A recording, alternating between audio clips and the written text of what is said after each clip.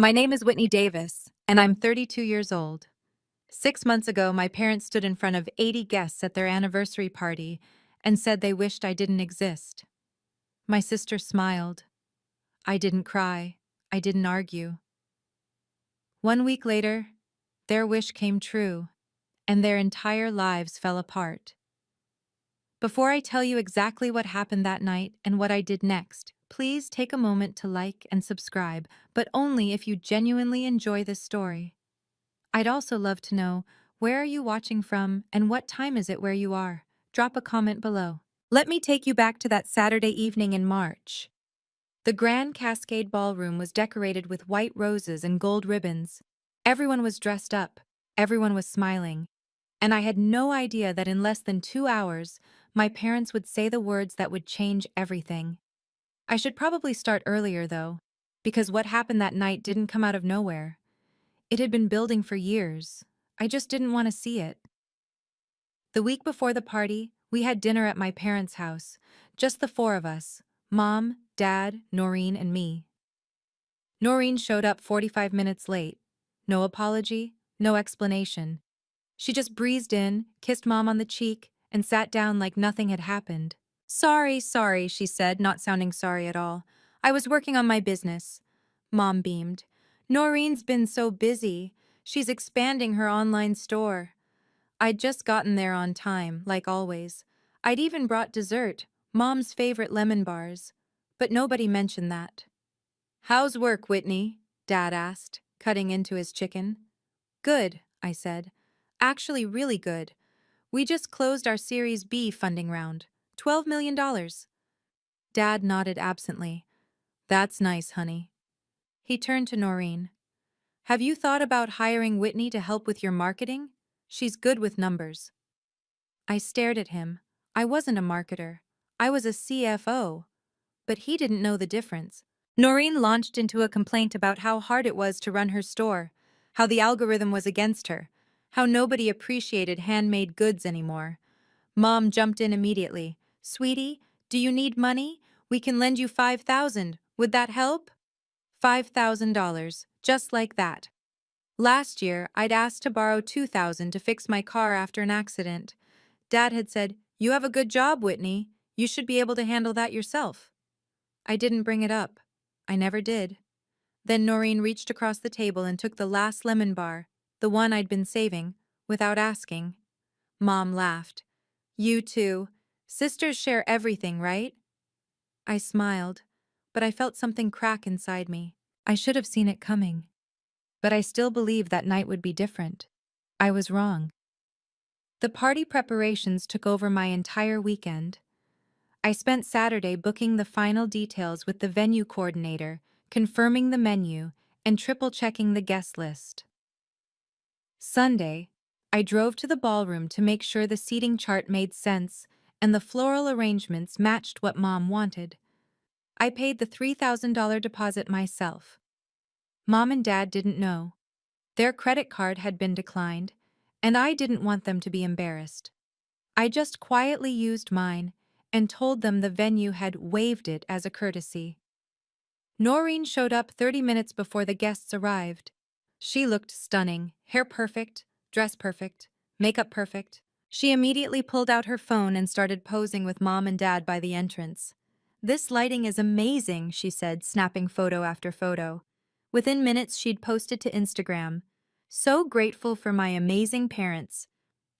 Family, first number 35, years strong.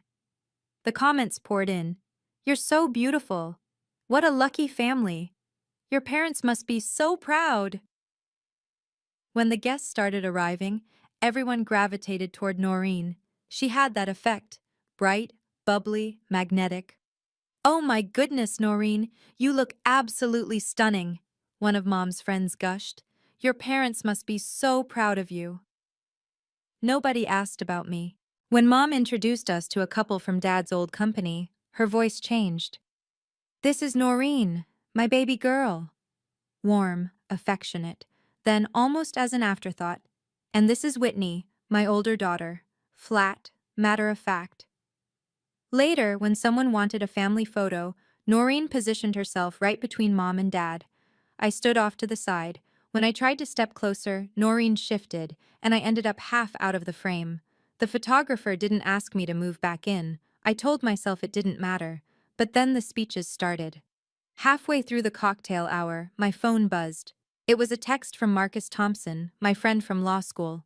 We'd stayed close over the years. He was one of the few people who really understood my family dynamics. Hey, you asked about setting up that trust fund last year. Still interested? I have the documents ready if you need them. I stared at the message. Trust fund. Right. 8 years ago, when Dad had his heart surgery, I'd set up what I called an emergency fund.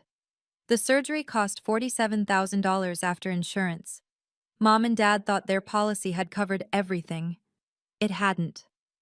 I'd paid the difference quietly, through a series of transfers they never questioned.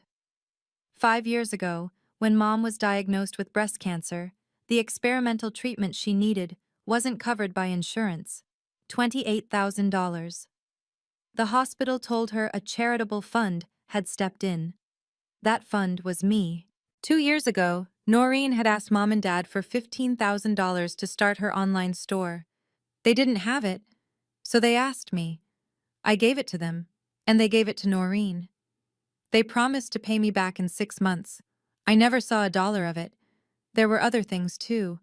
Rent assistance when they'd fallen behind, car repairs, home fixes, little things that added up. I'd never mentioned any of it.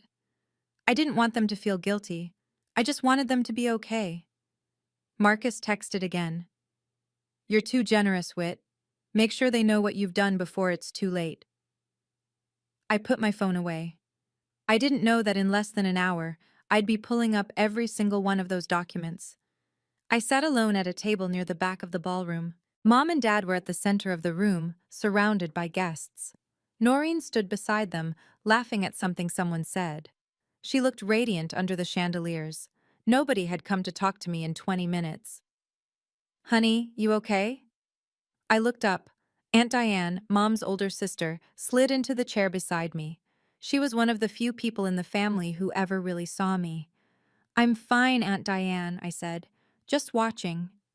She followed my gaze across the room. Your parents don't see it, do they? How much you do? I didn't answer.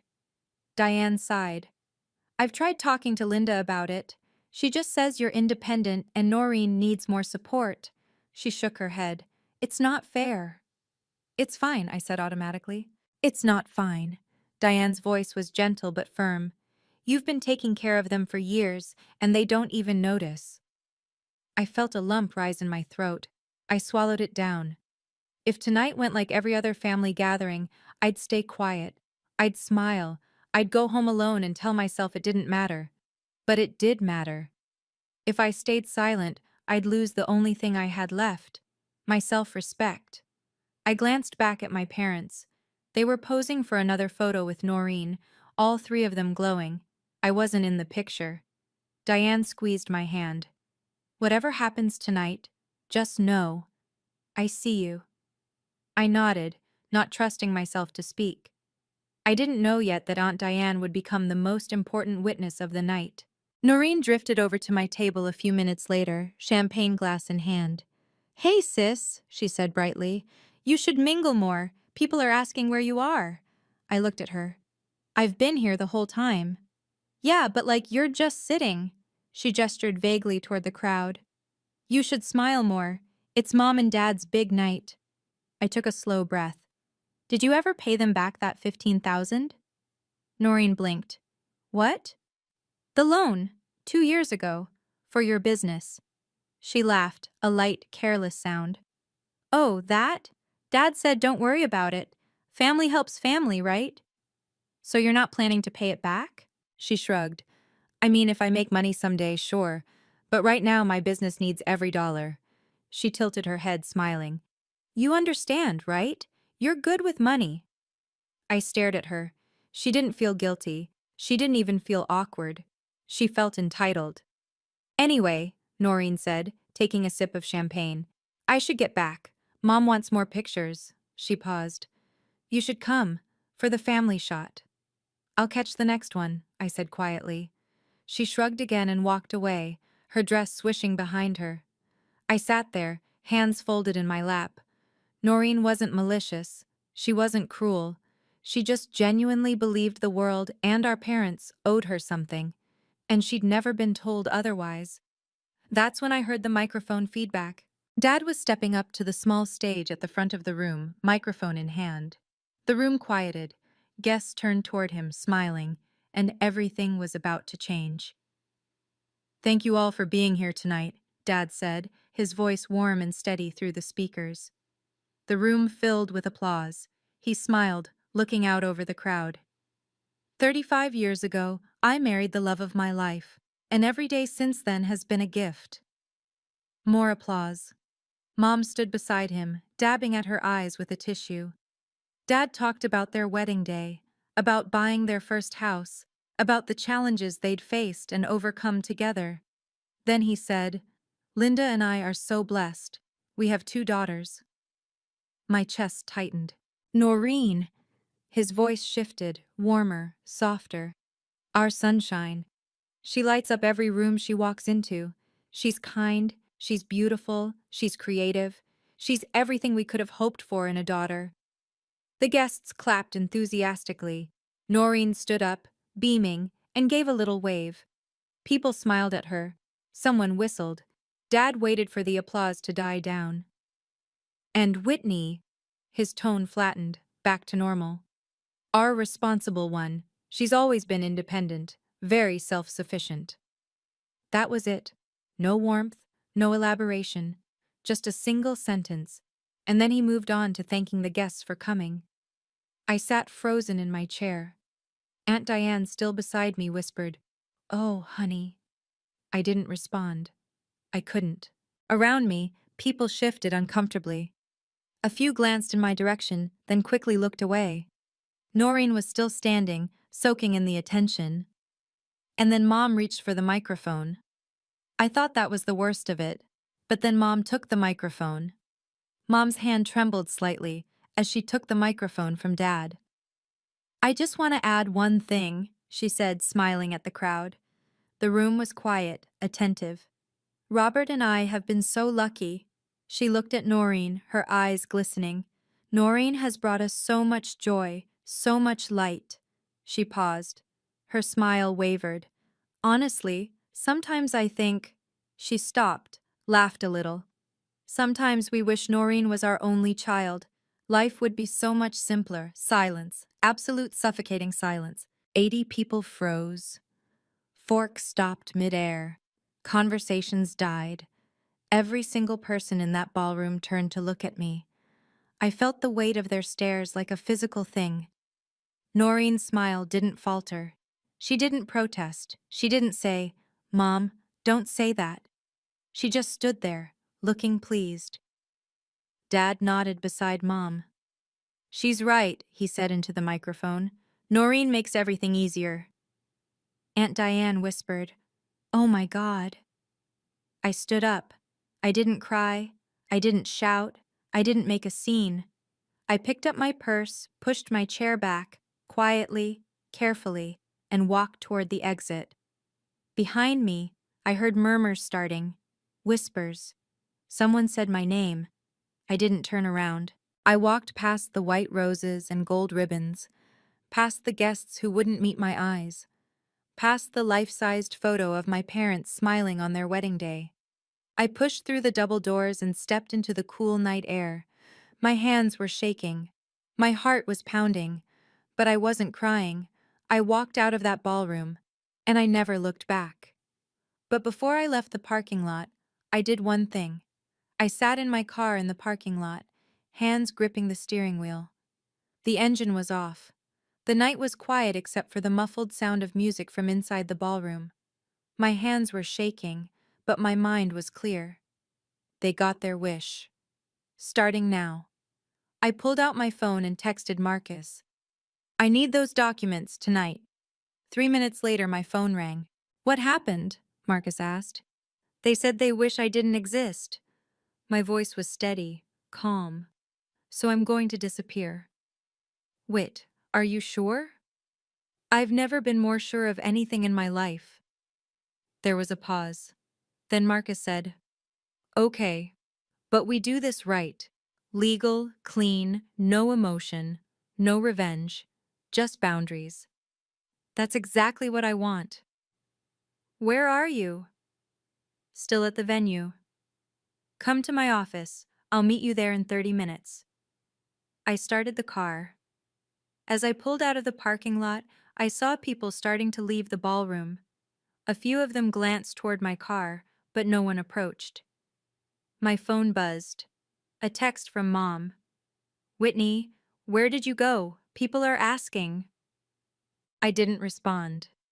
Another text from Noreen. "Seriously? You're making this about you?" I blocked her number. Then I drove to Marcus's office in downtown Seattle. The streets were mostly empty. The city lights blurred past my windows. I felt something I hadn't felt in years. Relief. For the first time in my life, I wasn't trying to fix something. I wasn't trying to smooth things over. I wasn't trying to make everyone else comfortable. I was choosing myself. I didn't go home that night. I went to Marcus's office, and we started planning. If you've ever been the responsible one in your family, the one who gives everything but gets nothing back, you know exactly how this feels. Before we continue, I want to ask, have you ever had to set a boundary with family? How did they react? Share your story in the comments. And if you're finding this helpful, please like and subscribe. Let's keep going, because what happened next changed everything. Marcus's office was on the 14th floor of a glass building overlooking Elliott Bay. By the time I arrived, he'd already pulled files and laid them across his conference table. "Okay," he said, gesturing for me to sit. "Let's go through this." He spread out a printed summary: dates, amounts, receipts, bank statements, everything organized in neat columns. "Dad's heart surgery, 2017, Marcus read. $47,320, paid by you via wire transfer to Seattle General." I nodded. "Mom's cancer treatment, 2020. Experimental drug trial, not covered by insurance. $28,450, paid by you in installments to the research hospital." Right. "Noreen's business loan, 2023, $15,000. Your parents borrowed from you, gave it to her. No repayment." "Correct," Marcus continued. "Rent assistance, 2021 through 2022 when they fell behind on their mortgage. $24,000 total. Car repairs, home repairs, emergency expenses, another $18,600. He looked up at me. "Whitney, you've paid $133,370 on their behalf, and they have no idea." I stared at the numbers. "You have bank statements, transfer receipts, and emails confirming every single payment," Marcus said. "This is ironclad." "They thought it was insurance," I said quietly, "or grants, or good luck." "That's fine, but now you need to decide. Do you want them to know, or do you just want to walk away?" I thought about Mom's words. Sometimes we wish Noreen was our only child. "I want them to know," I said, "but only after they realize what they've lost." Marcus nodded. He pulled out a leather folder and handed it to me. "Keep this safe. You'll know when to use it." I didn't waste time. Monday morning, I called my bank. "I need to remove my name from a joint account," I told the representative. "My parents had added me years ago for convenience, so I could transfer money easily when they needed help. Now I removed myself. It took 10 minutes. Tuesday, I canceled the supplementary credit card I'd given Noreen for emergencies. Last month's statement showed $1,200 in online shopping. I kept a copy for my records. Wednesday, I contacted my parents' health insurance company. "I'm no longer able to serve as emergency contact or co-payer for Robert and Linda Davis. Please update your records immediately." The representative hesitated. "Ma'am, are you sure? This will affect their coverage terms." "I'm sure." Thursday, I drafted a formal letter. Marcus reviewed it, made it airtight, and sent it on his firm's letterhead. "Effective immediately, I am no longer able to provide financial assistance to Robert and Linda Davis. Please direct all future needs to Noreen Davis, as per your stated preference." It was professional. It was clear. It was final. Friday. I changed my phone settings. I didn't block Mom, Dad, or Noreen. I wanted a record if they called, but I set their numbers to Do Not Disturb. Their calls would go straight to voicemail. Saturday, I went to a spa, got a massage, read a book in a quiet room with soft music. I didn't cry. I didn't feel guilty. I felt lighter than I had in years. Sunday, I checked my phone. 37 missed calls. I didn't answer a single one. Sunday evening, I listened to the voicemails. Dad's voice, confused. "Whitney, this is Dad. We got a weird letter from some lawyer. What's going on? Call us back." Mom, anxious. "Honey, the bank said you removed yourself from our account. Was that a mistake? We need to talk." Noreen, irritated. "Whit, seriously? You canceled my card? I have bills to pay. This isn't funny." I didn't call back. Instead, I sent a single email. Short, professional, with Marcus CC'd. As stated in the formal letter, I am no longer able to provide financial support. Please direct all needs to Noreen. Best regards, Whitney. Dad called again an hour later. I let it go to voicemail. "Whitney, what is this about?" His voice was sharper now. "You're being childish. We're family. You can't just cut us off over something your mother said. She didn't mean it." I deleted the voicemail. Mom texted, "Please call me. I don't understand what's happening." I didn't respond. Noreen sent a string of texts. "Are you seriously doing this? You're being so dramatic." "Mom's crying because of you." I muted the conversation. They still didn't understand. But they were about to. On Tuesday, the first bill arrived. Dad called me, his voice strained. "Whitney, I just got a hospital bill for $4,200 for my cardiology appointment. They're saying it's not covered." I didn't answer. He left another voicemail. "The insurance company said something about a third-party payer being terminated. What does that mean? Did you do something?" I saved the voicemail, but I didn't call back. By Wednesday, Mom had received her bill too. They called Noreen. And that's when everything started to unravel. Thursday morning, Mom called the hospital billing department. I know this because Aunt Diane told me later. She'd been at their house when it happened. "There must be a mistake," Mom said into the phone, her voice shaking. "My cancer medication has always been covered. There's a charitable fund." The billing coordinator interrupted her. "Ma'am, the fund you're referring to was a private arrangement. It's no longer active." "What do you mean, private arrangement?" "I'm not authorized to disclose the details, but as of last week, payments have ceased. You'll need to make alternative arrangements." The bill was $1,800 for 1 month of medication. Dad's cardiology bill was $4,200. Together, they owed over $6,000 in medical expenses they'd thought were covered. Dad called their insurance company. "Why isn't this covered?" he demanded. The representative explained patiently. "Sir, your co-pay portion has always been covered by a third-party payer. That arrangement has been terminated." "What third party?" "We're not authorized to disclose that information." Dad hung up. He stared at Mom. "It was Whitney," Mom whispered. "Wasn't it?" They sat in silence. Then Dad picked up the phone and called Noreen. "Honey," he said, his voice tight, "we need help. Can you cover these bills temporarily? Just until we figure this out." There was a long pause. "How much?" Noreen asked. "About $6,000 this month." Noreen's voice went high. "What?" "Dad, I don't have that kind of money." "But you said your business was doing well." "I mean, I'm working on it, but I can't just pull $6,000 out of nowhere." "What about the $15,000 we gave you?" Silence. "That's invested in inventory," Noreen said finally. "I can't touch it." That's when Aunt Diane called me, and everything changed. I was at work when Aunt Diane called. "Whitney," she said, "I'm at your parents' house. You need to hear this." I could hear voices in the background. Dad's raised and frustrated. Mom's tearful. "What's going on?" I asked. "Your parents just realized Noreen can't help them, and they're panicking." I heard Dad's voice. So you can't help us at all? Noreen, crying now. I'm sorry, I don't know what to do. Can't you ask Whitney? She won't answer our calls, Mom said. Well, Noreen's voice cracked. Maybe you shouldn't have said what you said at the party. Silence.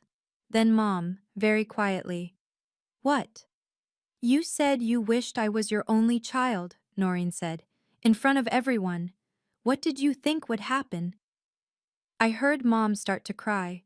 Aunt Diane spoke into the phone. They're starting to understand, but they need to hear it from you. I'm not ready, I said. I know, but I think Sunday dinner might be the time. Let them see the proof. Let them understand what they've lost. Why would I do that? Because if you don't, they'll never learn, and Noreen will keep playing victim. I was quiet for a long moment. I'll think about it, I said. Bring Marcus, Diane said, and bring your documents. After we hung up, I sat at my desk, staring at my computer screen. Part of me wanted to let them figure it out on their own, let them struggle, let them feel what I'd felt. But another part of me, the part that still loved them despite everything, wanted them to know the truth. Not for them, for me. I agreed, but I had one condition. Marcus had to be there. This is the moment where everything shifts. If you've ever wondered whether setting boundaries actually works, or if it just makes things worse, keep watching. Because what happens next proves that sometimes the most powerful thing you can do is step back and let people face the consequences of their own choices. Drop a comment. Have you ever had to let someone figure it out on their own? Hit like if you're still with me, and let's see how this unfolds. Saturday afternoon, Aunt Diane called again. Sunday dinner, she said. Your parents want to talk. They're desperate, Whitney. They still don't fully understand, but they're starting to. What did you tell them? I asked. Nothing specific. Just that they need to listen to you, really listen. I hesitated. Honey, Diane said gently, they don't even know what you've done for them. They think you're just being petty about a comment. They have no idea. Maybe they don't deserve to know. Maybe not. But you deserve to tell them. Not for them. For you. I thought about it. If I come, I said slowly, Marcus comes with me, and I bring proof. Agreed. And I'm not going to sugarcoat anything. I wouldn't expect you to. Sunday arrived too quickly.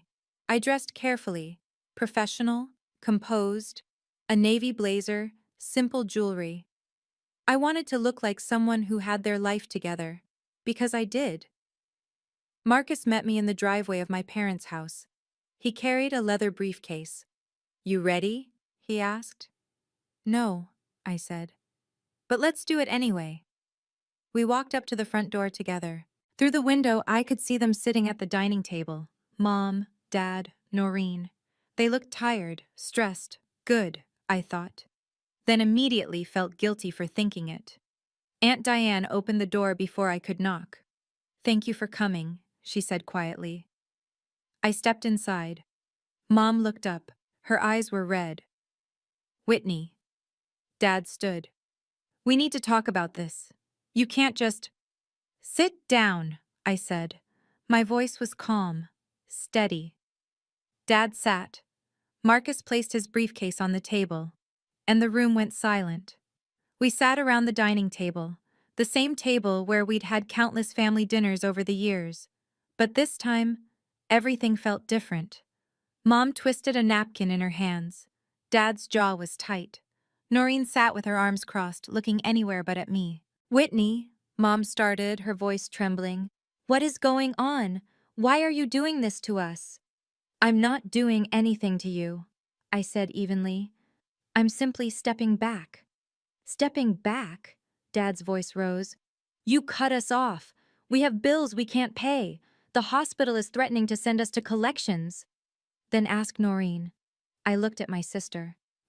You said you wished she was your only child. Mom flinched. That was just... I didn't mean it like that. How did you mean it? She opened her mouth, closed it. No words came out. Noreen shifted uncomfortably. Wait, come on. Mom says stuff like that all the time. You're being too sensitive. I turned to her. Do I? She blinked. What? Am I being too sensitive? Or are you just used to getting everything you want? That's not fair. You owe them $15,000, I said calmly. Have you paid any of it back? Noreen's face flushed. I'm working on it. For 2 years? My business— Your business is failing, I said. Not cruelly, just factually. And they keep bailing you out. Whitney, that's enough, Dad said sharply. I looked at him. Is it? Marcus cleared his throat. Mr. and Mrs. Davis, I think you need to see something. He opened his briefcase and pulled out a folder. Mom stared at it. What is that? Marcus placed it on the table. This is a financial summary, notarized and verified. The room went completely still. Marcus opened the folder and spread the documents across the table. This is every payment Whitney has made on your behalf over the past 8 years, he said. Dad leaned forward. What? Marcus read from the summary, his voice professional and clear. Dad's heart surgery, 2017, $47,320, paid by Whitney Davis via wire transfer to Seattle General Hospital. Mom's hand flew to her mouth. Mom's cancer treatment, 2020, experimental drug trial, $28,450, paid by Whitney in 6 installments to the University of Washington Medical Center. Dad stared at the papers. But the hospital said, Noreen's business loan, 2023, $15,000, never repaid.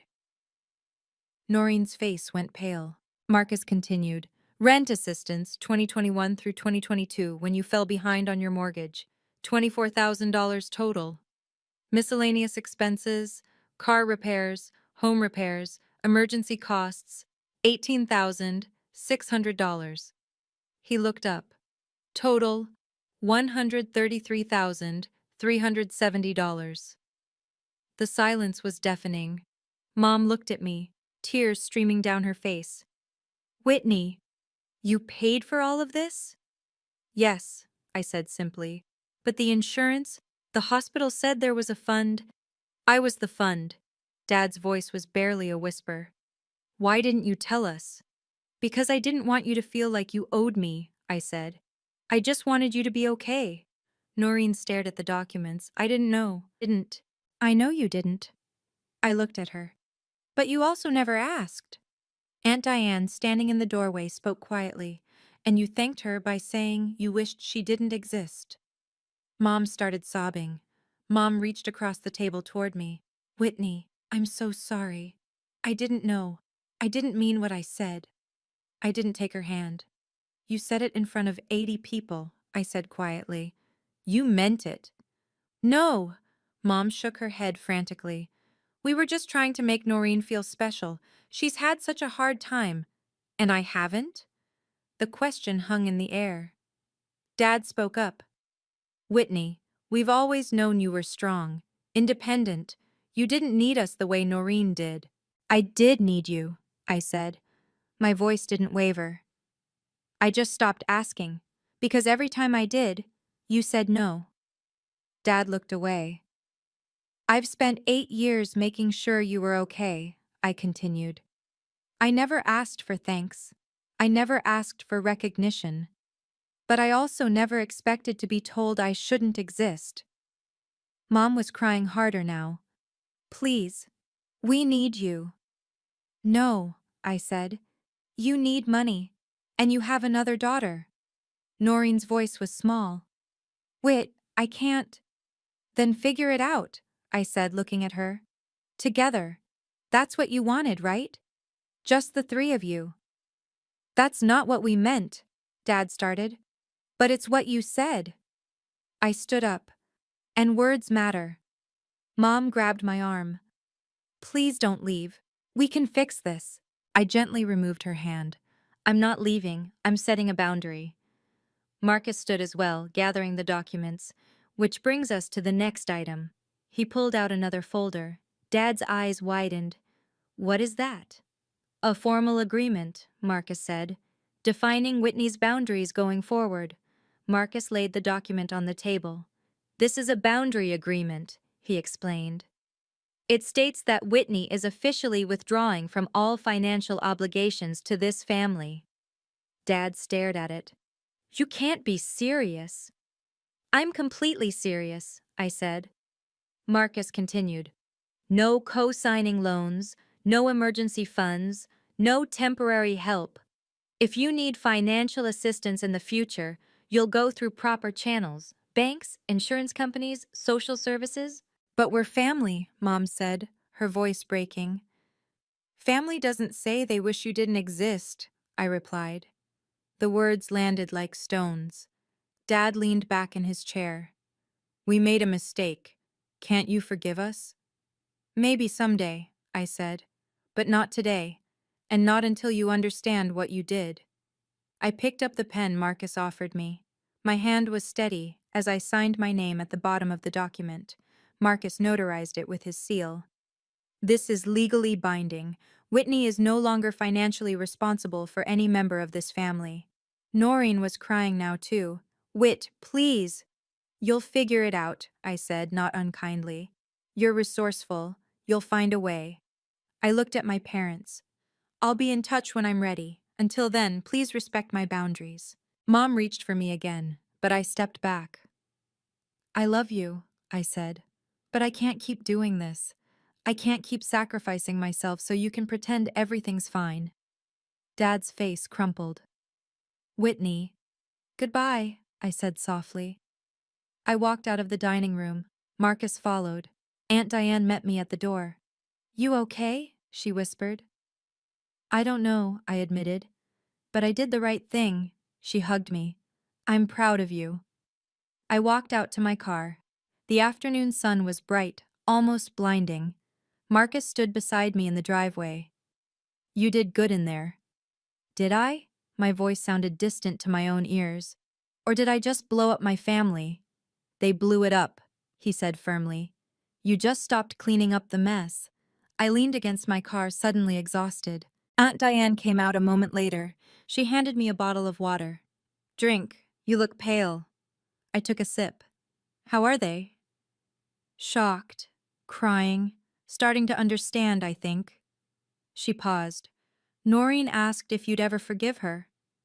What did you tell her? That it's not about forgiveness right now. It's about change. I nodded slowly. Whitney, Diane said gently, you feel lighter, don't you? Even though it hurts. She was right. I did feel lighter. For the first time in 8 years, I wasn't carrying the weight of their problems. I wasn't lying awake at night worrying about their bills. I wasn't checking my bank account to see if I could afford to help them again. I was free. Call me if you need anything, Diane said. And for what it's worth, I'm proud of you. What you did in there took more courage than most people have. I hugged her. Thank you. For everything. I got in my car and drove home. On the way, something strange happened. I started crying, not from sadness, but from relief. Years of tension, of trying to be enough, of hoping they'd see me, it all released at once. By the time I pulled into my driveway, I felt emptied out, but also, somehow, whole. I thought that was the end, but it was just the beginning. 1 month later, Aunt Diane called with an update. Your parents hired a financial advisor, she told me. They're restructuring everything. How's it going? I asked, genuinely curious. Hard. They had to sell Dad's second car. They switched to a cheaper insurance plan. Your mom's applying for Medicaid assistance for her cancer medication. I felt a pang of guilt, then reminded myself, this isn't my responsibility anymore. And Noreen? I asked. Diane sighed. She closed her online store. It was losing $8,000 over the past 6 months. She got a part-time job at a retail store in Bellevue. How's she handling it? Better than I expected, actually.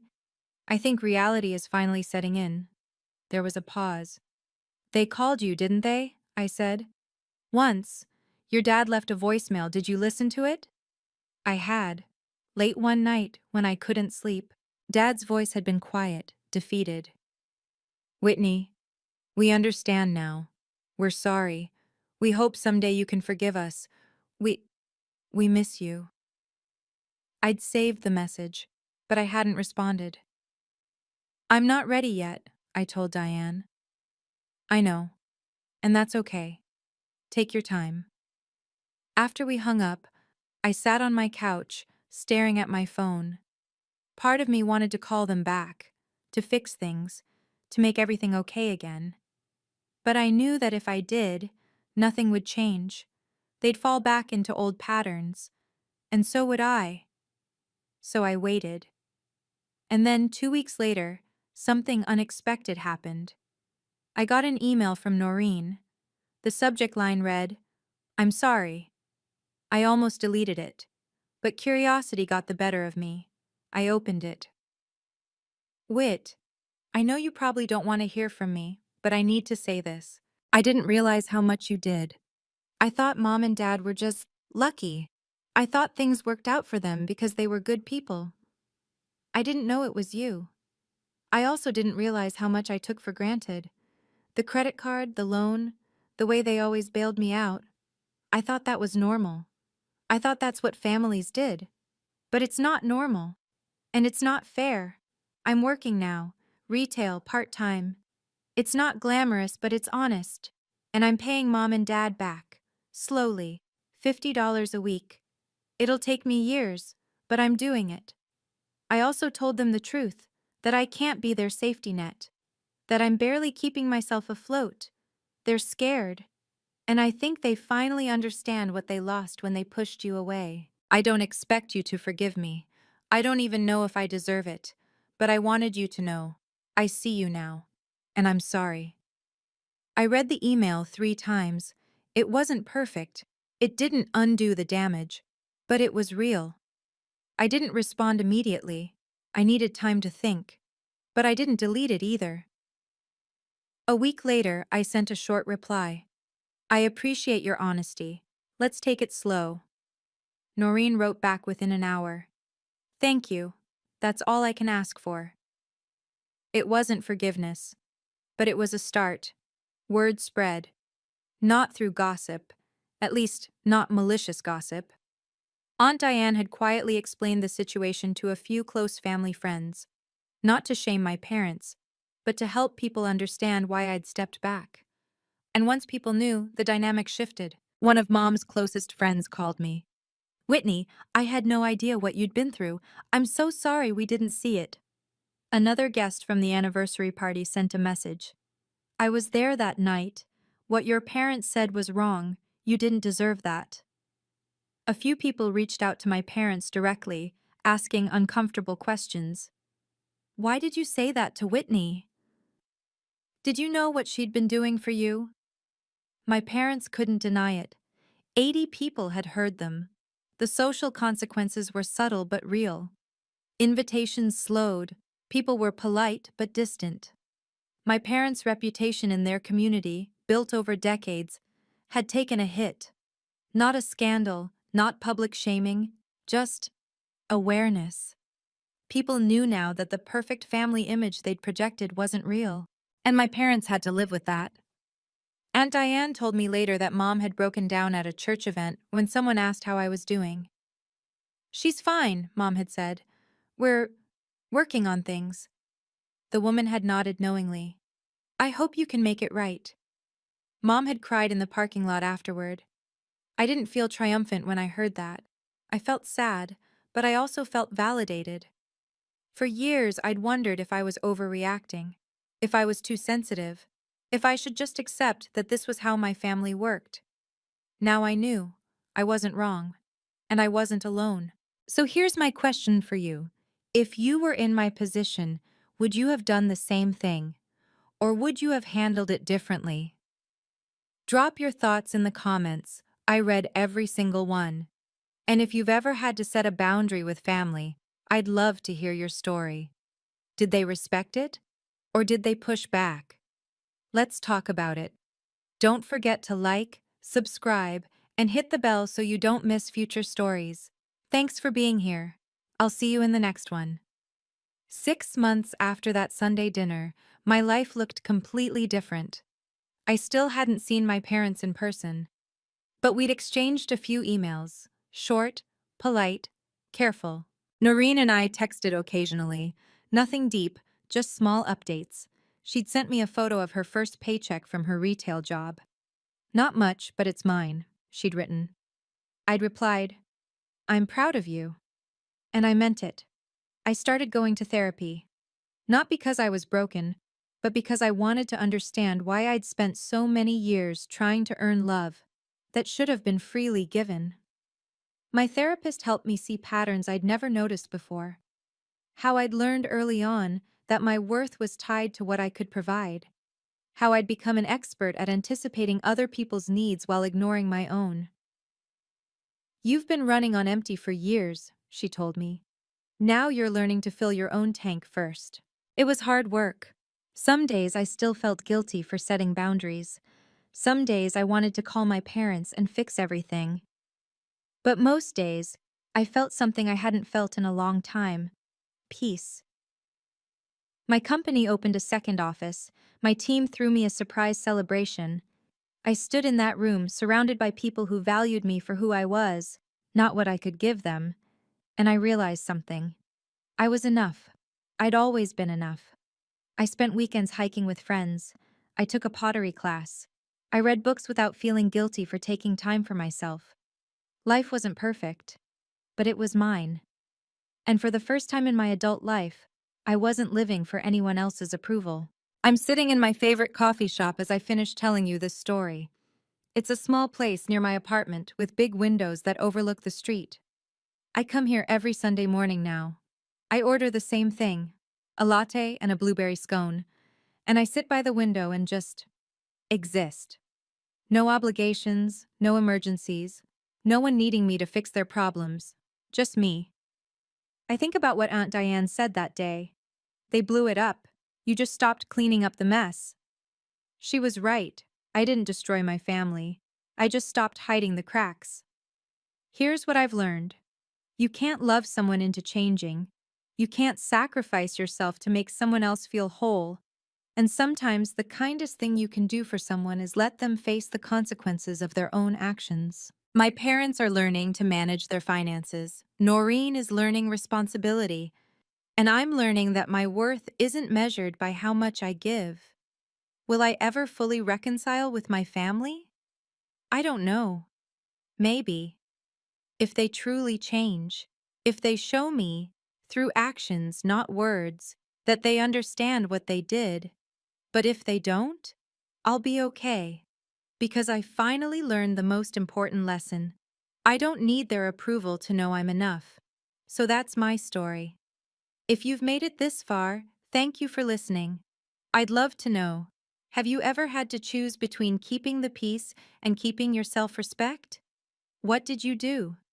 Let me know in the comments. And if this story resonated with you, please share it with someone who might need to hear it. Sometimes the bravest thing you can do is walk away.